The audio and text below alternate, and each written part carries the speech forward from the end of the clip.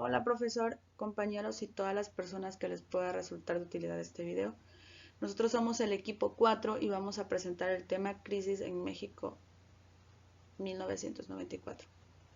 Bueno, esta crisis también es conocida como el efecto tequila y como el error de diciembre, término que fue utilizado por Carlos Salinas de Gortari para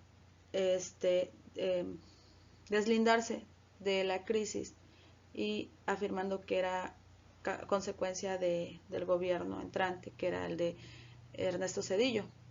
Sin embargo, debemos saber que esta crisis realmente explotó en 1994. Sin embargo, trae antecedentes que son del gobierno de Miguel de la Madrid en 1982.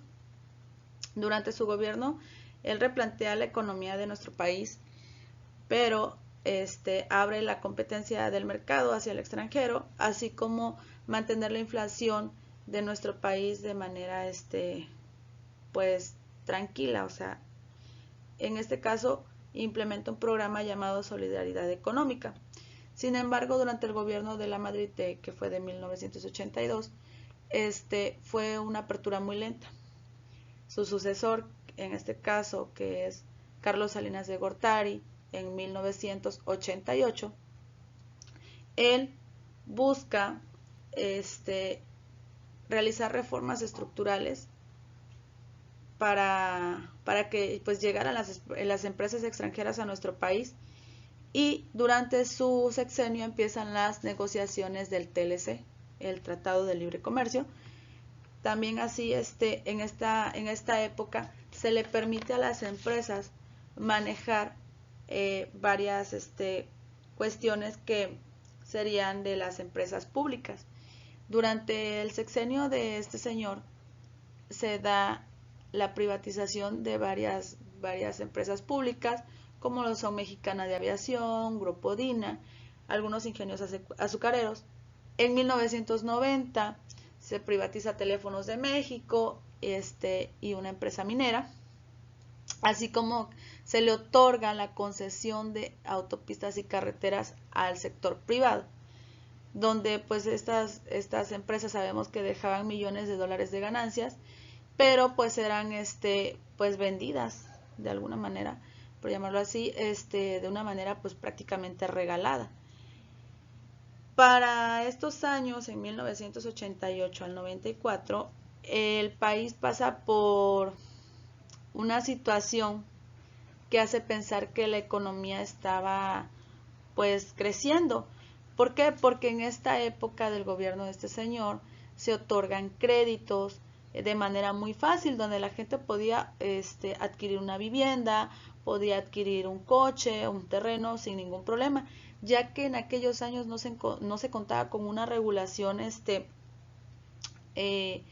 pues para que los bancos tuvieran una base para otorgarte un crédito. Así también con los ahorros, la gente ahorraba porque era una tasa de interés pues muy atractiva. También en esta época vemos que aparece un programa, que este programa es pues el patriarca de todos los programas de asistencia social, el programa llamado Solidaridad, y dice responderle más a los que menos tienen. Es decir, este programa lo que buscaba es que hubiera una garantía de compraventa de precios, o sea, que todos pudieran obtener algo sin perder, por decirlo de alguna manera. Sin embargo, como podemos ver hasta hoy en día con los programas sociales existentes, en lugar de ser algo beneficioso, terminó siendo un problema para las finanzas del país, las finanzas públicas, porque pues también este programa se prestaba mucho para la corrupción. Algunos pues se prestaban para actos ilícitos y terminaban defraudando a los campesinos, a pequeños emprendedores, que querían realizar sus negocios. También vemos que en esta época entraron las divisas, pero así como entraron las divisas llegó algo llamado la enfermedad holandesa. Este término nos hace referencia a que el dinero llega de manera abundante, de manera masiva a un país, en este caso nuestro país, a México, en un tiempo muy corto, y hace que el valor de la moneda nacional, en este caso el peso mexicano, subiera. Pero así como subió, hizo menos atractivo el comercio exterior, ya que era más caro. Para estas fechas, y otra de las causas que prácticamente originaron, además de todo lo que ya venía arrastrando el gobierno de la Madrid y el gobierno de Gortari, estos dos señores, y todas las malas decisiones que se habían tomado para estas fechas, en enero del 94 empezamos con algunas situaciones que son prácticamente lo que vinieron a perjudicar, o al momento de surgir en el 94 pues pensaron que era cuestión de ese momento. En ese momento del 94 entra en vigor el TLC, también se levanta el ejército zapatista en Chiapas, donde exigían sus derechos, donde querían que, pues veían que todo lo que estaba haciendo el gobierno era malo, ellos querían libertad. Y asesinan a un candidato presidencial, aquel que decía que veía un país con hambre y necesidades, ¿no? Entonces, al suceder estos tres hechos, vinieron a desatar el problema de la crisis en nuestro país en el año de 1994. Mi compañero Ignacio les explicará las consecuencias de estos actos que fueron acuñados por muchos años en nuestro país. Bueno, pues a mí me tocó explicarles lo que es la salida de la crisis de México del 94. Pues resumido en pocas palabras, México de esta crisis no pudo salir solo. Necesitó mucha ayuda de nuestro país vecino Estados Unidos y también de algunos otros países de Latinoamérica, además de que también el Fondo Monetario Internacional pues participó en enviar miles de millones de dólares para que pudieran estabilizar la devaluación que tenía el peso para esos entonces. Por ejemplo, en el caso del gobierno de Estados Unidos, que por aquel entonces el presidente era Bill Clinton, pues hizo que se mandaran 20 mil millones de dólares para que se pudiera estabilizar el peso en un principio, y después fueron otros 30 mil millones.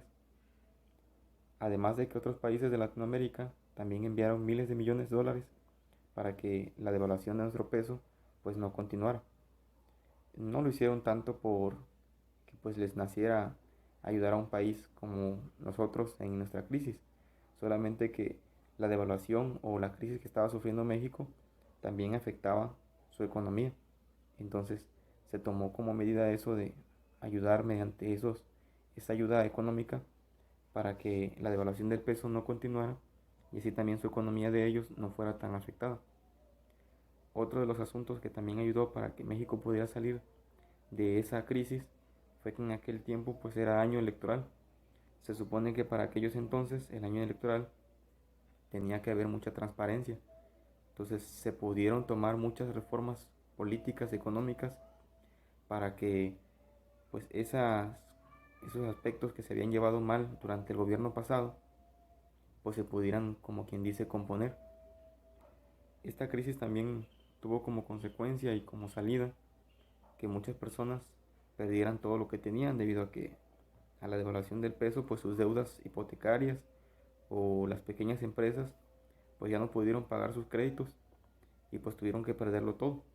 Entonces, todo ese dinero que se debía, pues ahí se fue compensando.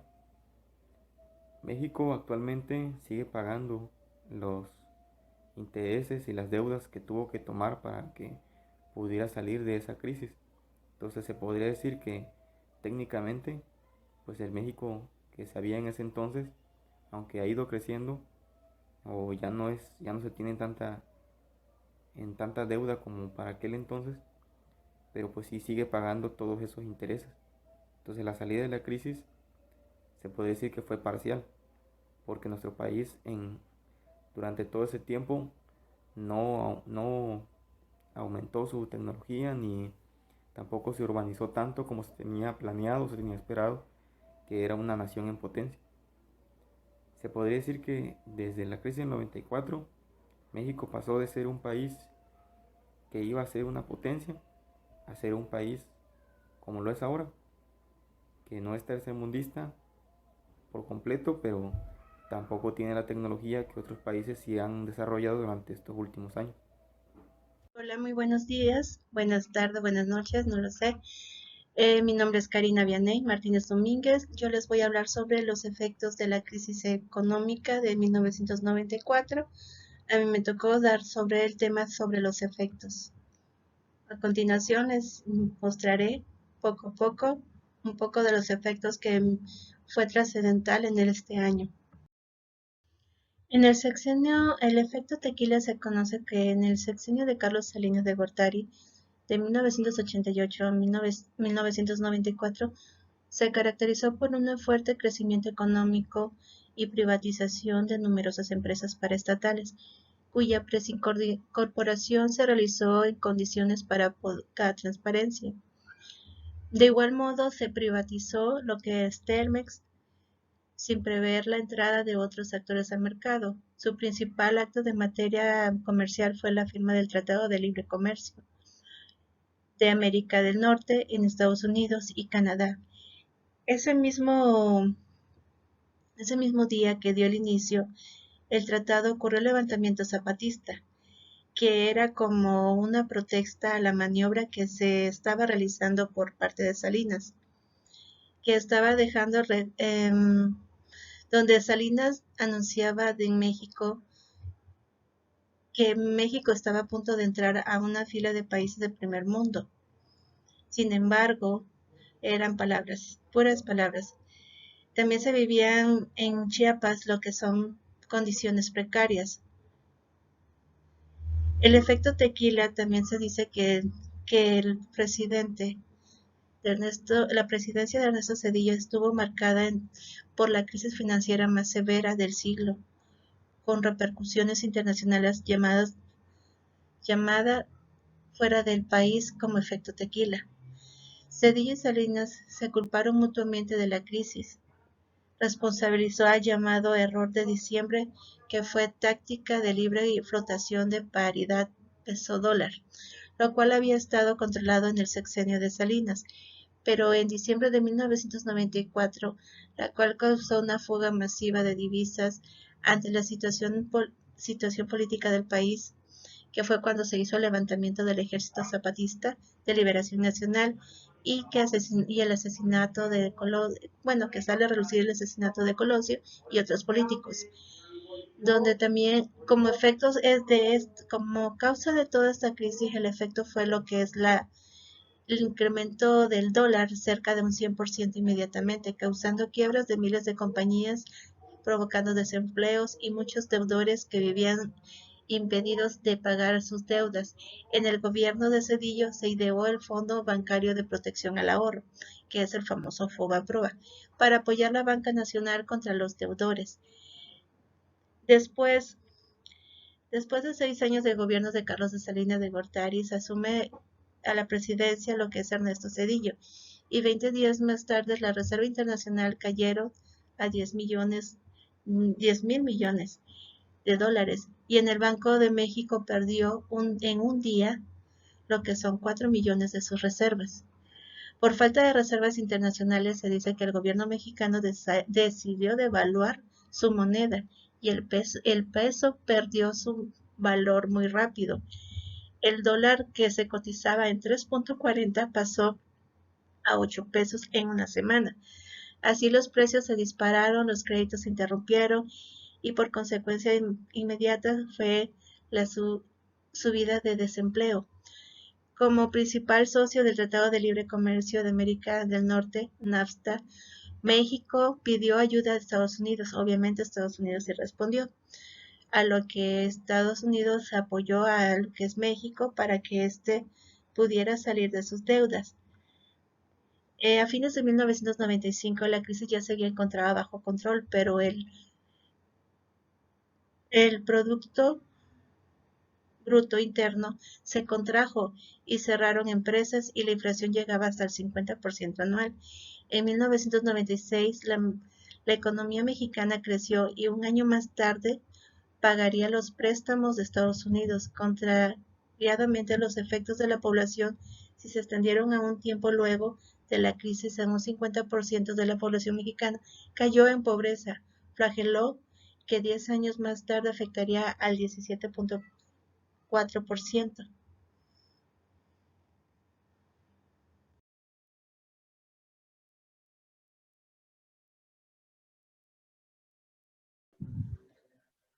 Hola compañeros, mi nombre es Juan Ignacio Heredia y hablaremos de las consecuencias de la crisis en México de 1994.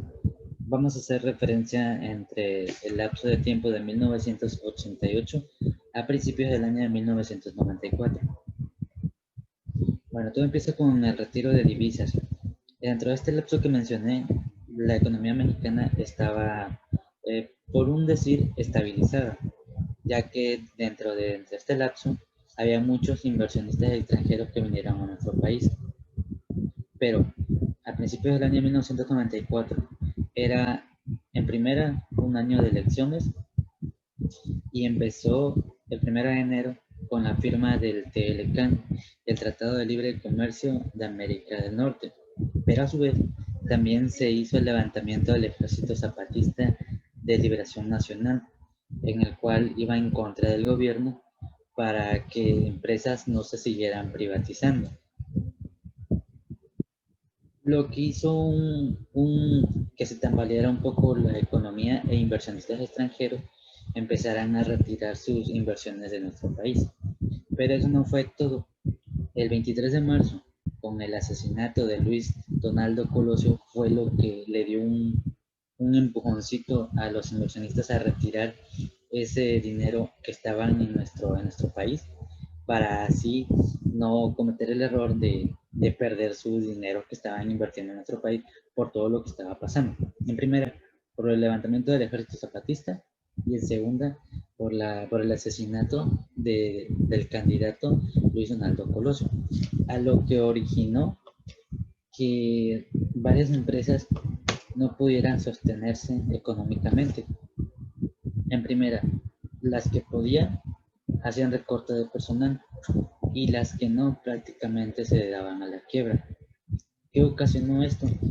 Que el gobierno hiciera uso de la emisión de los dichosos tesobonos, que no son más que certificados gubernamentales que eran vendidos a inversionistas, lo cual se pagarían en dólares. Este es el punto clave. ¿Por qué? Porque según se pagarían en dólares sin importar el tipo de cambio que estuviera cuando se fueran a pagar. Pero también se iban a pagar a tasas más elevadas a lo que era del mercado. Entonces, un tesobono valía $1,000 en ese entonces, pero se iba a pagar ya sea, no sé, 5 o 10 veces más a lo que se había comprado prácticamente, lo que ocasionó la reducción de las reservas del país. Según una página que encontré, las reservas en ese entonces, dentro de ese periodo de 1988 a 1994, eran de 24,000 millones de dólares, quedando a 6,200 millones de dólares. También provocó el aumento de IVA, sobre todo en los productos y servicios. Cuando estaba de un 10%, aumentó a un 15%, dando por ende también a las tasas de intereses de los créditos que dentro de este lapso que mencioné, la gente habían adquirido. Hago un énfasis dentro de este lapso, ya que como los bancos eran ya partes privadas, no se amarraron las manos, por decir así, en dar créditos hipotecarios y cualquier otro tipo de crédito a cualquier persona. Y el gobierno no tenía la sustentabilidad o la capacidad de vigilar a los bancos y de que no dieran créditos a cualquier persona. Continuando con el siguiente causa que, bueno, la siguiente repercusión que nos dejó esta crisis fue una crisis bancaria, a lo que me refería. Dentro de este periodo, como estaban muy confiados porque la economía de México iba avanzando y ya había muchos inversionistas en nuestro país, los bancos no tenían el sustento para quedarse sin fondos y en cualquier momento de irse a la quiebra, pagar los ahorros de la gente que en su caso habían ahorrado con ello. Aparte, como aumentó el IVA, como aumentaron las tasas, la vida dentro de este periodo se volvió aún más difícil, haciendo así que todo lo que les debían al banco no les pagaran. Entonces el banco lo que ocasionó fue una crisis económica que no pudo devolver a todos sus ahorradores ese dinero que las personas tenían invertidos dentro del banco. Pero el gobierno había hecho un fondo de ahorro para lo que eran para recuperar ese ahorro que las personas tenían invertidos en el banco. Pero decía el gobierno, se tienen que ir a quiebra, esas personas declararse en quiebra para que ese fondo de ahorro pueda entrar y el gobierno absorba la deuda y así amparar al banco y pagar esos ahorros que tenían. ¿A qué me refiero? Al dichoso FOBAPROA, el Fondo Bancario para la Protección del Ahorro, que hasta el momento este FOBAPROA creo que es el punto clave para todo. Estuve checando y efectivamente, como Estados Unidos y México iban de la mano porque México era el principal eh, consumidor en ese momento de Estados Unidos. Entonces, Estados Unidos dijo, ¿sabes qué? Vamos a armar un paquete económico para México. Pero por parte del Senado no lo aprobaron. Entonces, como pudieron, en ese aspecto, el presidente de Estados Unidos en ese entonces, Bill Clinton, como pudo, armó un paquete económico por 50,000 millones de dólares para hacer frente a la crisis y pago de tesobonos. Entonces, aparte de Estados Unidos, hubo otro país que también hizo frente, que fue Argentina, porque también se veía afectado, para pagar los dichosos tesobonos que había sacado al mercado el país, y aparte hacer frente a la crisis bancaria que estaban viviendo en ese entonces. Pero decía el Estado mexicano, para que nosotros como gobierno adquiramos esa deuda que hay en el banco, el afectado se tiene que dar a la quiebra en bancarrota para que el gobierno pueda acceder a pagar la deuda por parte del banco. El banco prácticamente se lavaba las manos y obtenía dinero gratis. Pero ¿qué pasó? Que empresas que no habían sido afectadas en lo absoluto se dieron por quiebra, obteniendo así beneficios por parte del gobierno. Y personas que realmente lo necesitaban, en una investigación que hice, más un 20%, por decir así, no recaudaron o no recuperaron ese fondo de inversión que ellos tenían, a diferencia de las empresas que no tenían nada que ver y que la crisis no les había tocado ni un pelo, se dieron a la quiebra y aún así recibieron miles de millones de pesos por parte de este dichoso fondo bancario para la protección del ahorro. Empresas como Banco Azteca y Chedraui, entre otras, fueron las que mencionaron en una investigación que hice. Entonces, aparte de la crisis del 94, hasta por ahí del 96, fue que se terminaron de pagar los dichosos tesobonos y la deuda que adquirió México en ese entonces por parte de Estados Unidos y muchos otros países está sustentada a pagarse hasta el año 2070, eso sin dejar de pagar conforme va a la marcha y sin que aumenten los intereses. Así es.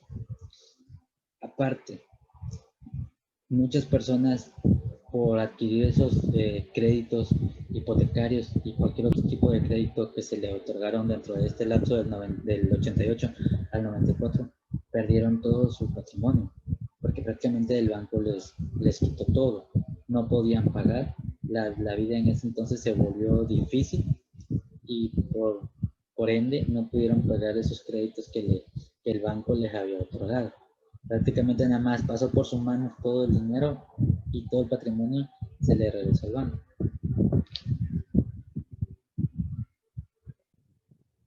El colmo de los colmos fue que el 1 de diciembre del 94, al tomar la presidencia Ernesto Zedillo, dio por hecho que el modelo económico, el modelo operando que se venía en ese año del 94 iba a seguir para el 95. Entonces, si durante todo el año del 94 fue toda una crisis y en el 95 iban a seguir operando de la misma manera, inversionistas dieron por hecho de que tenían que retirar todo lo que tenían en el país invertido para que no perdieran más de lo que en su momento perdieron. Eso fue lo que llamaron el error, bueno, uno de los nombres que encontré, el error de diciembre. Fue decir que Ernesto Zedillo empezó a decir que iban a seguir con ese mismo modelo económico durante el mes que seguía la gobernatura. Y eso es todo, compañeros.